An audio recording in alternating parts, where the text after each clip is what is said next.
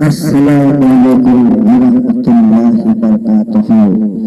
मेरे मीठे मीठे इस्लामी भाइयों, क़यामत की रोज हसरत हमारे मोहम्मद मुस्तफ़ा सल्लल्लाहु तआला अलैहि वसल्लम का ये कौल है।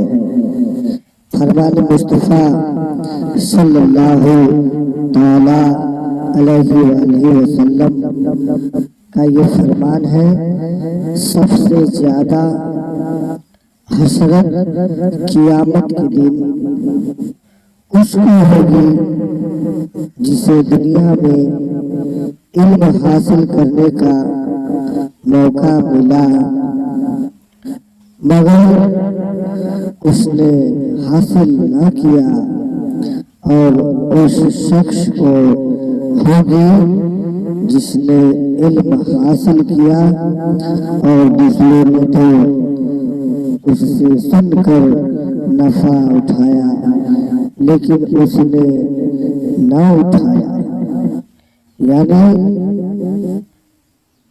उस इल्म पर अमल न किया।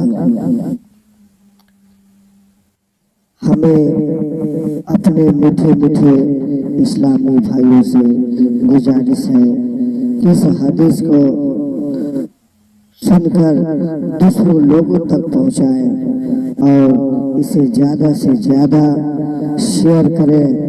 अगर वीडियो अच्छी लगी हो तो लाइक कमेंट और शेयर कर दीजिएगा। खुदा हाफिज, आमीन।